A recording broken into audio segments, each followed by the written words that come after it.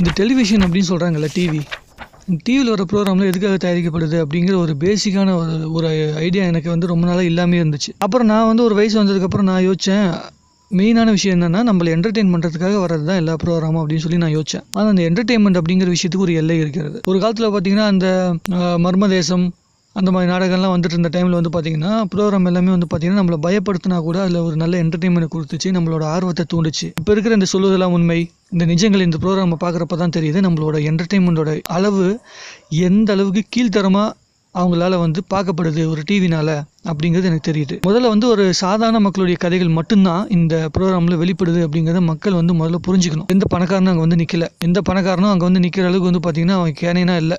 நம்ம தான் ரொம்ப கேனினாக இருக்கும்னு நினைக்கிறேன். வருகிற கதையில் 95% கதை வந்து பார்த்திங்கன்னா ரொம்ப ஏழையான, தன்னுடைய உரிமைக்கு வந்து சட்டத்துக்கிட்ட போக முடியாதவன் மட்டும்தான் வந்து நிற்கிறான் அப்படிங்கிற ஒரு தோற்றத்தை வந்து ஏற்படுத்திட்டாங்க. முதல்ல ஒரு விஷயம் தெரிஞ்சுக்கங்க, வீட்டுக்குள்ளே நடக்கிற பிரச்சனையை தெருவில் கொண்டு வரதே தப்பு. நம்ம வீட்டில் ஒரு பிரச்சனை நடக்குதுன்னா அது ரோட்டு வரைக்கும் கொண்டு வந்தாலே ஊரே பார்த்து சிரிக்கும். என்னடா புதுசு முன்னாடி இப்படி கேவலமாக சண்டை போட்டுருக்காங்க அப்படின்ட்டு. டிவி வரைக்கும் போனால் உலகமே பார்த்து சிரிக்கும். அதான் இப்போ நடக்குது. இந்த ப்ரோக்ராம் ஏன் இவ்வளோ கிண்டல் பண்ணுறாங்க, முதல்ல அதை யோசிச்சு பாருங்க. இந்த ப்ரோக்ராமில் வந்து பார்த்தீங்கன்னா இந்த ப்ரோக்ராம் வந்து என்ன சொல்கிறாங்கன்னா சொல்லுவதெல்லாம் உண்மை அப்படின்றாங்க. ஆனால் உண்மைதான், ப்ரோக்ராமில் வந்து சொல்கிற கதைகள் எல்லாமே உண்மைதான். அந்த கதையை சொல்கிற பொதுமக்கள் சொல்கிற எல்லாமே கதைகள் உண்மைதாங்க. அதனால தான் சொல்லுவதெல்லாம் உண்மை அப்படின்னு சொல்லிட்டு வச்சுருக்காங்க. ஆனால் டிவி எப்படி எடுத்துக்குது நம்ம உண்மையை அப்படிங்கிறது எனக்கு ஒரு மிகப்பெரிய சந்தேகமாக இருக்குது. நம்மளுடைய உணர்வு கூட ரொம்ப அதிகமாக விளையாடுறாங்கன்னு எனக்கு தோணுது. நம்மளுடைய உணர்வை வந்து பார்த்தீங்கன்னா இங்கே வந்து கொச்சப்படுத்துகிறாங்களோன்னு எனக்கு தோணுது. இந்த கதைகள்லாம் மேக்ஸிமம் நீங்கள் நல்லா பார்த்துருப்பீங்க, காதல் கதைகளும் ரொம்ப கம்மி. அனாதையான பசங்களுக்குலாம் வந்து பார்த்தீங்கன்னா அவங்களுடைய பேரண்ட்ஸை வந்து கண்டுபிடிச்ச கதைகள் அப்படிலாம் நிறைய கதைகள் இந்த சொல்லுவதெல்லாம் உண்மையில் கூட இருக்குது. ஆனால் அந்த கதைகளை விட கள்ளக்காதல் அப்படிங்கிற ஒரு கதை தான் ரொம்ப அதிகமாக போச்சு. நாட்டில் வந்து இந்த கள்ளக்காதலை ஒழிச்சா நாடு சுபிட்சமாயிரும் அப்படிங்கிற மாதிரி இவங்க நினச்சிட்டு இருக்காங்க. உலகத்தில் ஏகப்பட்ட பிரச்சனை இருக்குங்க. மீடியா வந்து வெளிச்சத்துக்கு கொண்டு வர வேண்டிய பல விஷயங்கள் இருக்குது. அரசியல் சம்மந்தப்பட்ட பல விஷயங்கள் இருக்குது. ஒரு சாதாரண பையனுக்கு வந்து பார்த்திங்கன்னா ஒழுங்கான படிப்பு கிடைக்கிறது இல்லை. ஒரு ஸ்போர்ட்ஸ் மேனுக்கு வந்து பார்த்திங்கன்னா ஒழுங்கான ஸ்போர்ட்ஸுக்கு உண்டான எக்யூப்மெண்ட் கிடைக்கிறது இல்லை. விவசாயிக்கு ஒழுங்காக காசு கிடைக்கிறது இல்லை. தண்ணி வசதி கிடைக்கிறது இல்லை. கரண்ட் கிடைக்கிறது இல்லை. இதை பற்றிலாம் மீடியா அதிகமாக பேசணும். அதுதான் அவங்களோட உண்மையான வேலை. அதை விட்டுட்டு எவனோ ஒருத்தன் வந்து பார்த்தீங்கன்னா திமிர் எடுத்து போய் தன்னோட ஒய்ஃப் இருக்கிறப்பவே பார்த்தீங்கன்னா இன்னொரு பொண்ணு கூட வந்து தகாத உறவு வச்சுட்டு இருக்கான். அதெல்லாம் ஒரு பெரிய விஷயமா எடுத்துகிட்டு வந்து சட்டத்து முன்னாடி போய் நிறுத்தாமல் அதை கொண்டு வந்து நடுத்தரில் நிற்க வச்சு படம் வந்து கதை வருதுன்னு வச்சுங்களேன். ஒரு கள்ளக்காதல் கதை வந்து சினிமாவில் எடுக்கிறாங்கன்னா அதுக்கு யூ சர்டிஃபிகேட் கொடுக்க மாட்டாங்க. டிவியில் போட முடியாது. யூ சர்டிஃபிகேட் போடலைன்னா யூனிவர்சல் கிடையாது, வயது வந்தவர்களுக்கு மட்டும் அப்படின்னு சொல்லிட்டு வந்து பார்த்தீங்கன்னா சர்டிஃபிகேட் கொடுக்குமா, U/A தான் கொடுப்பாங்க கள்ளக்காதல் கதையை. ஆனால் அதோட மரண கொடூரமான கதையெல்லாம் சொல்லுவதா உண்மையில் வருது. ஆனால் அது டிவியில் போடலாம். ஒரு படத்துக்கு கொடுக்கக்கூடிய உரிமையை யோசிச்சு பாருங்கள். தேட்டரில் போய் காசு கொடுத்து தான் போய் அந்த மாதிரி படத்தை பார்க்கணும். அதுக்கே யூ சர்டிஃபிகேட்டு U/Aன்னு சொல்லி அத்தனை ரெஸ்ட்ரிக்ஷன் இருக்குது. ஆனால் டிவி வீட்டுக்குள்ளே இருக்குது. வீட்டுக்குள்ளே வந்து பார்த்திங்கன்னா எல்லாருமே அந்த ப்ரோக்ராமை பார்க்குறாங்க. அவங்க காட்டுற அந்த ப்ரோக்ராமுக்கு ஒரு ரெஸ்ட்ரிக்ஷன் கிடையாது. நியூ அப்படிங்கிற ஒரு படம் வந்து பார்த்திங்கன்னா சூர்யா வந்து நடித்து வெளிவந்த ஒரு படம் வந்து பார்த்திங்கன்னா இரட்டை அர்த்த வசனங்கள் இருக்குதுன்னு சொல்லிட்டு அந்த படத்தையே வந்து பார்த்திங்கன்னா டிவியில் போடக்கூடாதுன்னு சொல்லி தடை செஞ்சுட்டாங்க அந்த படத்தையே. அதே மாதிரி வந்து பார்த்திங்கன்னா சிந்து சமவெளின்னு ஒரு படம், அமலாபால் வந்து ஃபஸ்ட்டு படம். அந்த படத்தில் வந்து பார்த்திங்கன்னா மாமனாருக்கும் மருமகளுக்கு இடையில் இருக்கிற கள்ளக்காதலை பற்றி வந்து கதை எடுத்து வச்சுருந்தாங்க. அந்த கதையை வந்து பார்த்திங்கன்னா அந்த படத்தை வந்து தடை பண்ணிட்டாங்க. சர்டிஃபிகேட் கொடுத்து படத்தை வந்து தடை பண்ணிட்டாங்க.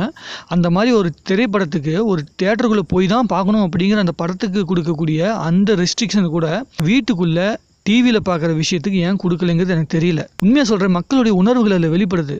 அதில் சில விஷயங்கள் நல்லது நடக்குது, பல விஷயங்கள் பொல்யூட் பண்ணுதுங்க.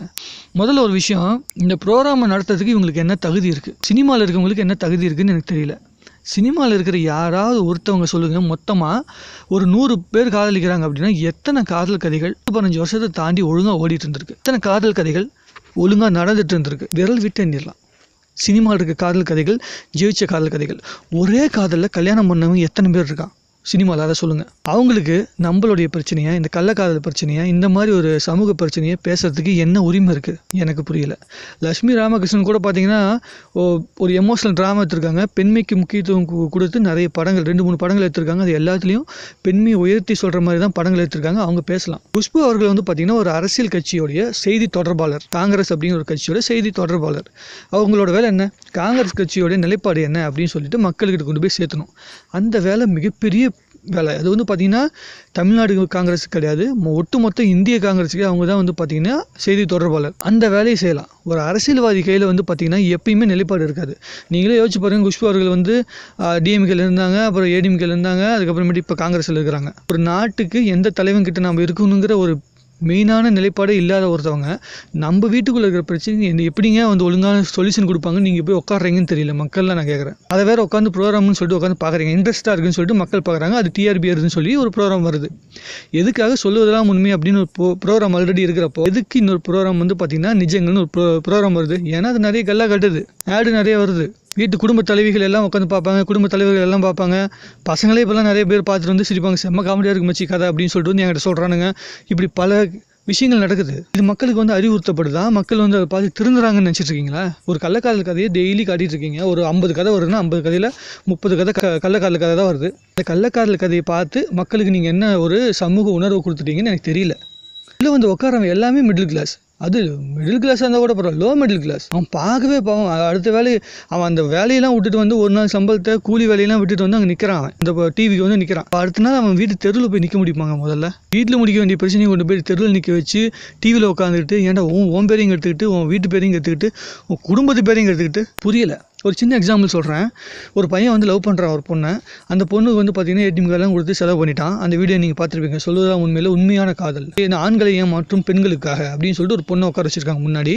அந்த பையன் வந்து உண்மையாக லவ் பண்ணியிருக்கான். அந்த பொண்ணு வந்து அவங்ககிட்ட இருந்து காசெல்லாம் வாங்கிட்டு கடைசியாக வந்து படிப்பையும் வாங்கிட்டு இப்போ விட்டுட்டு போகிறேன்னு சொல்லுது. அந்த பையனுக்கு என்ன பதில் சொல்லணும்? நான் எப்படி பார்த்தா அந்த பையன் வீட்டில் உட்காந்தாலும் என்ன தெரியணும், நம்மக்கிட்ட எல்லாத்தையும் வாங்கிட்டு போச்சு, இதுக்கப்புறம் அந்த பொண்ணை நம்ம இருக்கக்கூடாது, நம்ம வாழ்க்கையில் அடுத்த வேலையை பார்க்கலாம் அப்படின்னு தான் முடிவு எடுக்கணும்ல. அந்த முடிவை ஒன்றால் வீட்டில் எடுக்க முடியாதா? எதுக்கு சொல்லுவதா உண்மையில் வேண்டாங்கிற ஒரு பொண்ணுக்காக போயிட்டு டிவியில் உட்காந்துட்டு அந்த பொண்ணோட வாழ்க்கையும் எடுத்து உன் வாழ்க்கையும் சேர்த்து எடுத்துக்கிட்டு இதுக்கப்புறம் வந்து நீ வாழ்க்கையில் முன்னேறுவேன். ஆனால் ஒரு சாதாரண பிரச்சனைக்கே கொண்டு போய் நீ டிவியில் நின்னே அப்படின்னு சொல்லிட்டு உனக்கு தானே பின்னாடி வந்து பொண்ணு கொடுக்க மாட்டோமா? உன் வாழ்க்கையில் நீ எவ்வளோ தான் முன்னேறினாலும் சரி, உன் வாழ்க்கையில் என்ன தான் முன்னேறினாலும் சரி, எல்லாரும் அதை குத்தி காட்டி தானே இருப்பான். போயிருக்கோம் எல்லாம் மிடில் கிளாஸ்னா. ஒரு மிடில் கிளாஸில் நடக்கிற ஒரு சின்ன பிரச்சனைகள் கூட எவ்வளோ பெரிய ஊதி பலூன்மா வெடிக்குங்கிறது வந்து பார்த்தீங்கன்னா அவங்களுக்கு தெரியாது. லட்சுமி ராமகிருஷ்ணன் அவர்களுக்கோ குஷ்பு அவர்களுக்கோ தெரியாது. அவங்களோட பசங்களை கூட்டிட்டு வந்து நம்ம கஷ்டப்பட்ட மாதிரி வந்து நடுத்தரில் நின்றுட்டு எல்லாருமே கஷ்டப்படுறதில்ல. ஒரு மாதிரி போய் ஸ்கூல் ஃபீஸ் கட்டுறதுக்காக வந்துட்டு 4 வாட்டி போய் பர்மிஷன் கேட்டு வந்திருப்பாங்கன்னு நினைக்கிறேன். இல்லை, உன் குழந்தைக்கு அடுத்த மாதம் ட்ரெஸ் எடுக்கிற வரைக்கும் ஒன்றால் வெயிட் பண்ண முடியும், அவங்களால வெயிட் பண்ண முடியும்னு நினைக்கிறேன். இல்லை, அந்த குழந்தைங்க வந்து நம்மளோட குழந்தைங்க மாதிரி நம்ம வீட்டில் வளர்கிற குழந்தைங்க மாதிரி வந்து பார்த்தீங்கன்னா 1 ரூபா முட்டை வாங்கி கொடுத்தா அமைதியாயிருமோன்னு நினைக்கிறேன். ஆகாது. செட்டில் ஆக்கணும் அப்படிங்கிறதுக்காக, அவங்களோட குழந்தைங்களுக்கு செட்டில் ஆகணும் அப்படிங்கிறதுக்காக உழைக்கிறவங்க. நம்ம செட்டில் ஆகமா ஆக மாட்டோமா அப்படின்னு கூட தெரியாத ஒரு வாழ்க்கையை வாழ்ந்துட்டு இருக்க ரொம்ப சாதாரண மக்கள். பக்கமாக ஏதோ ஒரு ப்ரோக்ராம் வந்துச்சு. அதில் வந்து என்னென்னா சொல்லுவதா உண்மையும் நானும் அப்படின்னு சொல்லிட்டு லட்சுமி ராமகிருஷ்ணன் சொன்னாங்க.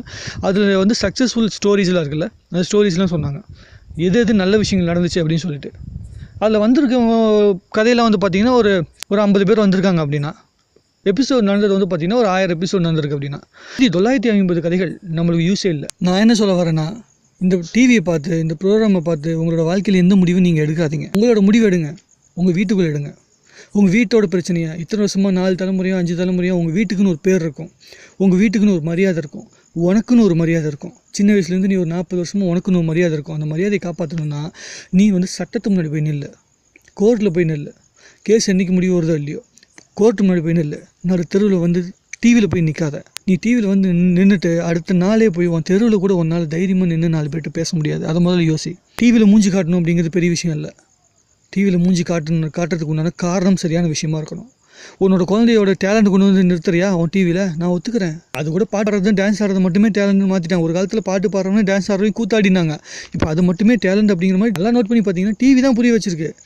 நீங்கள் உங்கள் குழந்தையோட டேலண்ட்டை கண்டுபிடிக்கல, நீங்கள் தான் நம்ம டிவியில் பார்த்து இதுதான் டேலண்ட்டுன்னு உங்களோட மைண்டில் டிவி வந்து ஃபிக்ஸ் பண்ணிருச்சு. நீ அதை தவிர வேறு எதையும் ட்ரை பண்ணுறதே இல்லை. ஒரு காலத்தில் பாட்டு பாடுறவனையும் டான்ஸ் ஆடுறவனையும் மதிக்கவே மாட்டான். கூத்தாடி என்னோட கூத்தாடி மாதிரி ஆடிட்டு இருக்கு அப்படின்னு சொல்லி எல்லாம் திட்டிட்டு இருப்பாங்க. இப்போ அதை மட்டும் தான் டேலண்ட்டுங்கிற மாதிரி நீங்களே மாறிட்டீங்க மைண்டு. இந்த மாதிரி டிவியை பார்த்து முடிவு பண்ணாதீங்க. டிவியில் இருக்கிற கதைகள் எல்லாமே வந்து காசுக்காக எடுக்கப்பட்டது. டிவியில் காட்டுற எல்லாமே காசுக்காக வரது தான். நியூஸ் கூட காசுக்காக வரது தான். உன் வீட்டுக்காக வரதில்லை. எதுவுமே வீட்டுக்காக வந்துருந்துச்சுன்னா ஒரு டிவியில் இருக்கிற ப்ரோக்ராம் வீட்டுக்காக நல்லது செஞ்சுருக்கு. எந்த டிவி ஒரு விவசாயியோட வழியை காட்டியிருக்கு? எந்த டிவி ஒரு நாட்டு மக்களோட பிரச்சனையை தொடர்ந்து 1 மாதம் பேசியிருக்கு? பேச மாட்டாங்க. அவனுக்கு ஹாட் டாபிக் வேணும், அவ்வளோதான்.